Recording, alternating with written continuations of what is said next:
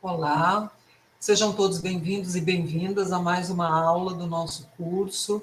Hoje, o nosso tema é Organização da Educação Básica e Lei de Diretrizes e Bases da Educação. Eu coloquei aqui na apresentação LDBs no plural, porque a nossa atual Lei Federal de Diretrizes e Bases da Educação não é a primeira ocorreu em 1961, embora na Constituição Federal de 1946 estivesse ali a exigência de a União, ou seja, o governo federal, traçar as diretrizes e as bases da educação nacional.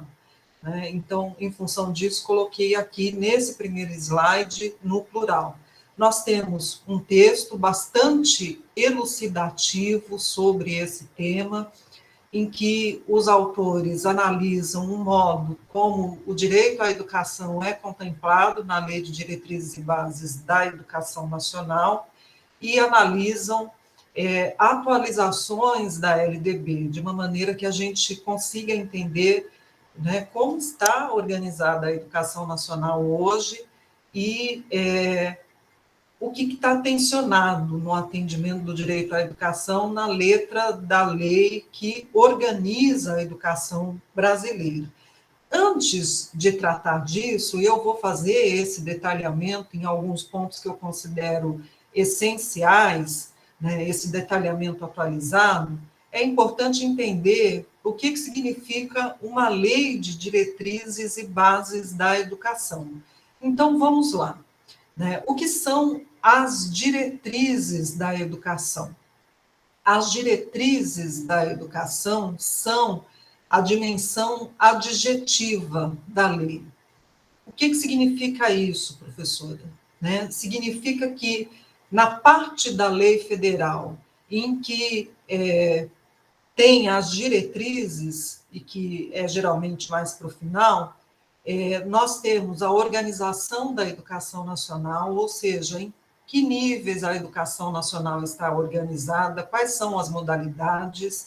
Nós temos 2 níveis, a educação básica e o ensino superior. Temos diversas modalidades da educação, como a educação especial, a educação de jovens e adultos, a educação indígena, quilombola, a educação do campo, a educação profissional, entre tantas outras. É também na parte das diretrizes que se é organizado o ordenamento da oferta. Quem é que vai ofertar o quê? Qual é a unidade administrativa, ou seja, se é o município, o Estado, a União, que vai ofertar o quê? Também se define ali como é que vai se dar a verificação dos resultados, ou seja, política de avaliação da educação. Como é que vai se dar a articulação inter e intrasistemas? E aqui é importante fazer um adendo fundamental. Nós temos, no Brasil, o Sistema Federal de Ensino, que compreende as instituições federais de ensino e também a normatização que é feita pela União junto à educação privada. Nós temos os sistemas estaduais de educação e os sistemas municipais. Ao contrário de outros países do mundo, nós não temos um sistema nacional de educação. Nós temos uma articulação entre esses sistemas. Então, a parte das diretrizes são a dimensão operativa da lei. E é necessário ter uma lei que regulamente a educação, porque a Constituição ela traça o direito, mas ela não regulamenta, ela não traz esse detalhamento. Por sua vez, as bases da educação nacional são a dimensão substantiva da lei. É ali que a gente tem os princípios da educação nacional, e eles precisam seguir os mesmos princípios do direito à educação, tal como eles foram contemplados na Constituição. É ali que se tem uma estrutura axiológica, ou seja, uma estrutura de valores da educação nacional. É nessa parte das bases que se tem as dimensões teleológicas da educação, ou seja, a definição das finalidades da educação em cada nível, em cada modalidade da educação. Então, se tem ali um contorno de direitos e uma concepção política de educação.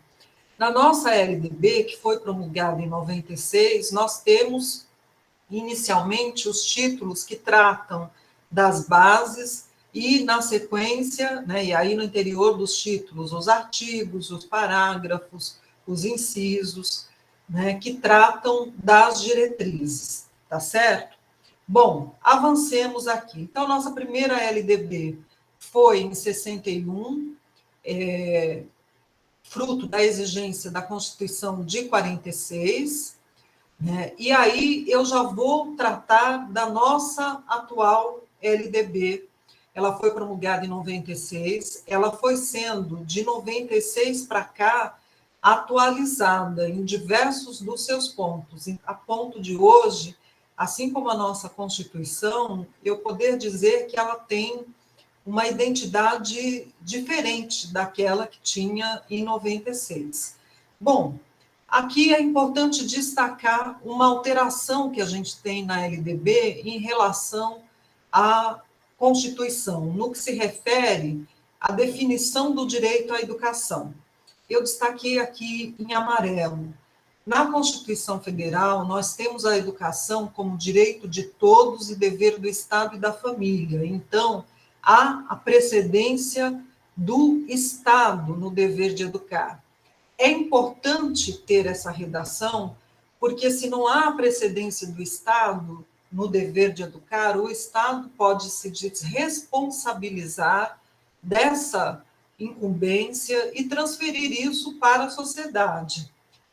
Agora vejam, na LDB, no artigo 2º, a gente tem a educação, dever da família e do Estado, ocorre uma inversão, e essa inversão é significativa. Se tem a precedência da família, e essa inversão possibilitou ao Estado brasileiro, em diferentes momentos, de 96 para cá, de uma série de maneiras que a gente vai ainda analisar nesse curso, desobrigar-se e transferir grande parcela da sua responsabilidade no dever de educar para a própria sociedade ou para outros entes federados, como os estados, mas principalmente os municípios. Há até hoje quem argumente que a LDB, por conta desse artigo aqui, ela é inconstitucional, porque para todos os efeitos, não se poderia ter uma redação que não seguisse os princípios do direito à educação, tal como eles foram definidos na Constituição Federal. Bom, avancemos. Agora, a partir desse momento, eu estou tratando das bases da educação nacional, aquele contorno de princípios da educação nacional. E eu quero destacar aqui alguns deles, que estão no artigo 3º da LDB, eles refletem o que está expresso no artigo 206 da Constituição Federal. Eu destaco aqui alguns deles, É princípio da educação nacional o respeito à liberdade e o apreço à tolerância entre as pessoas.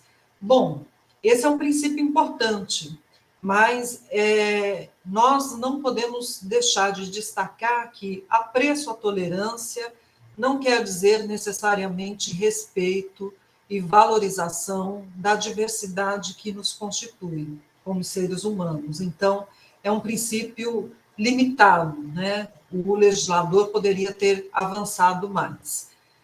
Nós temos como princípio valorização do profissional da educação escolar, o que significa a necessidade de criar políticas que impliquem na valorização do profissional da educação, valorização da experiência extraescolar, que significa que a escola tem que dialogar com os saberes que são constituídos na própria experiência de vida dos alunos, os saberes que são constituídos fora da realidade escolar.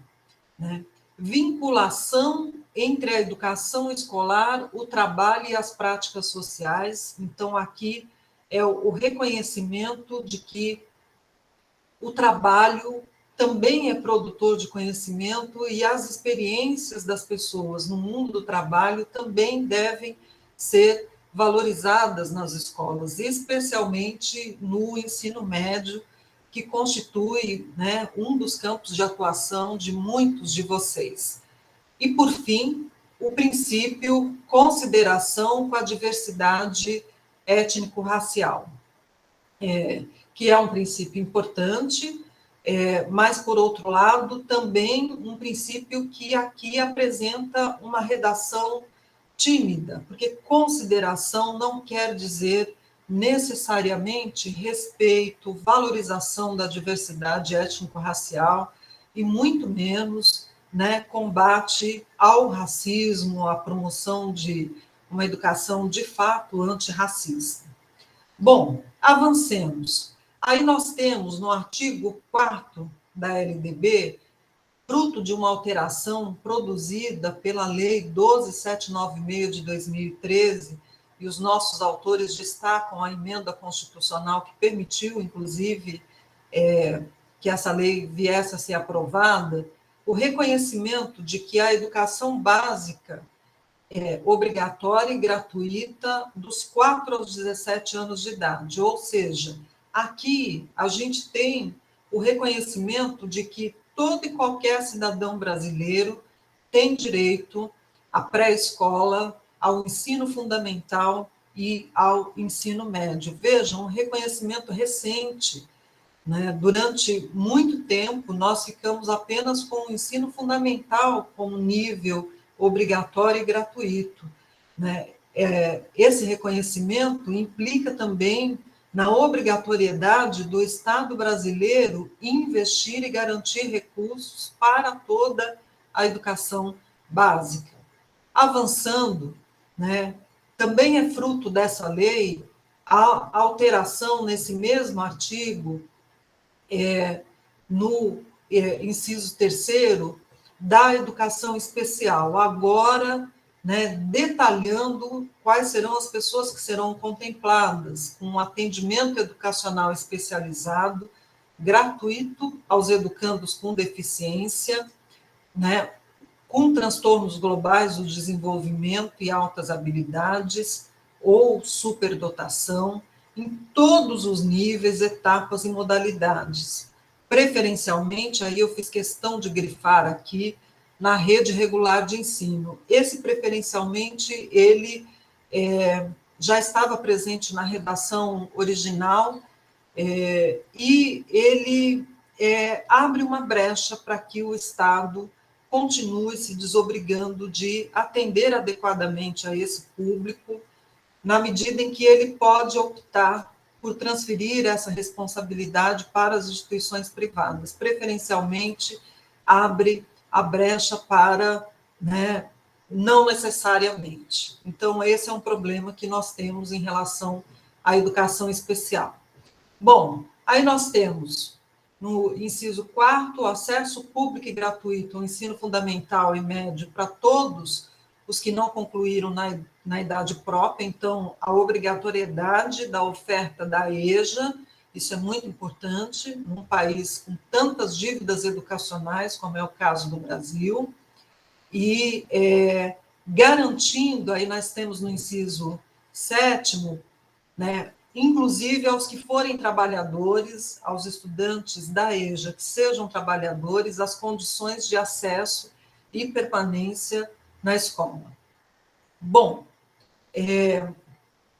o artigo 5º da LDB toca num ponto importantíssimo, que está destacado no texto indicado como de leitura obrigatória. O acesso à educação básica obrigatória, então, aquelas a pré-escola, o ensino fundamental e o ensino médio, é direito público. O que significa, né, ser direito público subjetivo? Primeiro, é um direito da sociedade brasileira de ser educada, né? E é um direito subjetivo porque é um direito individual de cada cidadão brasileiro de ser educado. Por ser um direito público subjetivo, ele, né, pode ser cobrado o seu cumprimento, podendo, então, qualquer cidadão, grupos de cidadãos, associações, fazer uso daqueles recursos que estão disponíveis na nossa Constituição, que nós destacamos na aula da semana passada, para poder cobrar o Estado no seu dever de educar. Inclusive, cabe ao Estado recensear anualmente as crianças e adolescentes em idade escolar e os jovens e adultos para identificar as necessidades educacionais. Então, o Estado brasileiro faz, via INEP, os censos de educação anualmente, para poder fazer esse monitoramento. Bom, o artigo 32 tem a definição, a organização do ensino fundamental, com duração de 9 anos, também é uma alteração produzida em 2006, então, iniciando aos 6 anos, houve a extensão aqui do ensino fundamental. O ensino médio está no artigo 35, o ensino médio, no parágrafo 2º desse artigo, envolve a preparação básica para o trabalho e a cidadania do educando, para continuar aprendendo, de uma maneira que o educando possa se adaptar a novas condições de ocupação e aperfeiçoamento posteriores. E no artigo 36, parágrafo 1º, destacará a educação tecnológica básica, a compreensão do significado da ciência, ciência como conhecimento científico, que embasa o desenvolvimento tecnológico, social de uma sociedade, mas também o direito à formação mais ampla. Então, o direito ao conhecimento das letras, das artes, do processo histórico de transformação da sociedade, da cultura, da língua, a preparação para o exercício da cidadania. Então, vejam, é um contorno aqui de direitos bastante ambicioso. A EJA está no artigo 37, é destinada àqueles que não tiveram acesso ou continuidade de estudos no ensino fundamental e médio na idade própria, e há um destaque aqui no inciso 3º, que a EJA,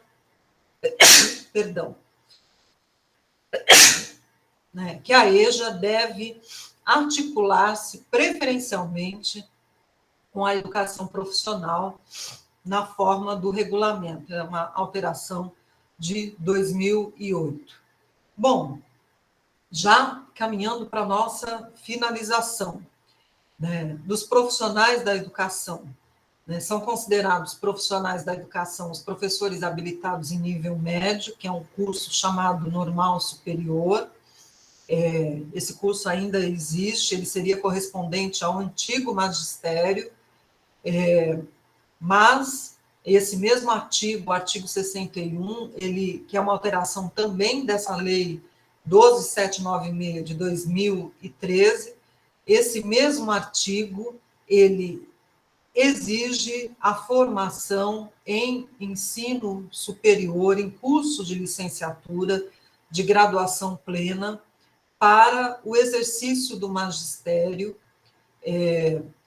admitindo-se apenas esse normal superior para atuação na educação infantil e nos 5 primeiros anos do ensino fundamental. E a formação dos profissionais do magistério dará-se preferencialmente ao ensino presencial, subsidiariamente fazendo o uso de recursos e tecnologias de educação à distância. Vocês estão sendo formados pela via da educação à distância.